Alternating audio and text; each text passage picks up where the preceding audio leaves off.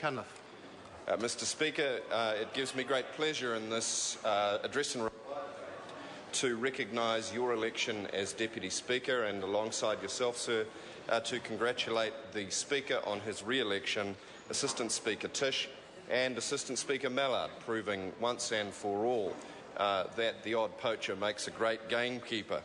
Mr Speaker, can I also acknowledge the newly elected and returning members, and especially like to acknowledge amongst our Labour benches Penny Henare, Adrian Rurafe and Jenny Salesa, all entering Parliament for the first time as part of the almost clean sweep of the Māori electorates by the Labour Party under the leadership of our Māori Affairs spokesperson Nanaia Mahuta, and the strongest Pacific team that Labour has ever had in its parliamentary history. So we are absolutely delighted with that result.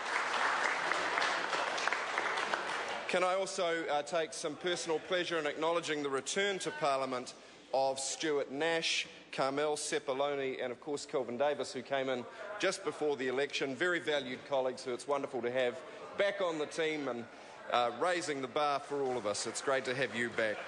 And I want to warmly recognise all of the new members and the returning members from around the House. May you have a positive, a productive and a highly entertaining time in this House. There is nothing else like it. This is the place where we deal with the marketplace of ideas, the clash of ideas, but within the framework of a democracy that we can all stand behind and alongside. Mr Speaker, the address and reply debate is the opportunity for us, for the government to set out the general themes of the approach it will take to governing in this term, and for the opposition to note that the approach that it will take in response. We do so, sir, against the background of an election loss which was for Labour and the rest of the progressive parties in this country a very serious defeat. Mr Speaker, we recognise that voters have spoken. We are listening hard to New Zealanders, and as a former leader I've taken responsibility by resigning my role and acknowledging that there is a great deal for us to learn. And we in the Labour Party are going through a proper and constitutional process to re-elect a new leader.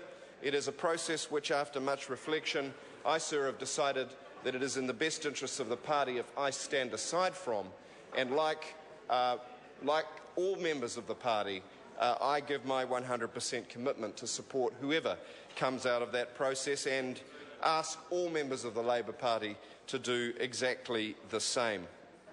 Sir, the values for which the party stands are as important today as they have ever been. The values that every New Zealander is created equal and is therefore worthy of equal opportunities and the dignity of a decent job, a warm, dry home, opportunities for all our children, a health system and an education system that we can trust, and the dream that each generation will do better, sir, than the one before. Those are Labour's values. They are as relevant to New Zealand families today as they've ever been. But, sir, the way that we communicate, the way that we organise, the way that we deliver on those values, clearly we must rethink. And we are going to be doing just that with a widespread review of our 2014 campaign in the context of the broader political environment and our recent history. And, sir, I and the rest of the party will be taking extremely seriously the results of that review so that we can bring to New Zealanders more effectively a message of hope and renewal in years to come. Mr Speaker, the priorities which on behalf of New Zealand we campaigned on in 2014 I do not believe are the wrong ones. Jobs, homes and families, I think even members of the government would agree, are the basics that every New Zealander deserves. Our values of the dignity of work, of being able to get a fair day's pay for a fair day's work, they are as relevant now as ever. Sir, it's true, and I know Mr English will be following on from this speech, that the government has been returned on the basis of a cyclical high in our economy. cruising towards a growth rate of better than 3%, perhaps close to 4% this year, despite the fact that dairy prices have already peaked and are now down by nearly 50%, that log prices are falling, and that we have not weaned ourselves away from the roller coaster of an out-of-control property market. The underlying weaknesses, the structural problems, the lack of transformation, the lack of jobs in all our regions, and the growing gap between rich and poor that impacts disproportionately on many of the communities that are represented here in Parliament today. All of those issues remain to be squarely confronted. The lack of a regional development plan, sir, the lack of a transformation agenda. In regional development, sir, I believe that was so important that as leader I kept that portfolio, and I'm delighted that we've got a win in Napier under Stuart Nash, that we've held Palmerston North under Ian Lees-Galloway, and I'm sure that this will be a priority for the Labour opposition going forward this term. That's why we started a new regional development fund. That's why we started the NZ Inc. fund to challenge smart, sustainable growth around the country. And, sir, meanwhile, the government's real agenda is becoming more obvious.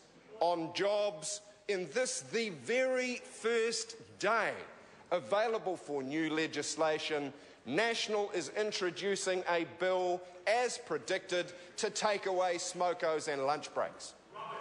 Absolute petty Dickensian trickle-down economics that will actively widen the gap between the rich and the poor. Shame, Mr. Speaker.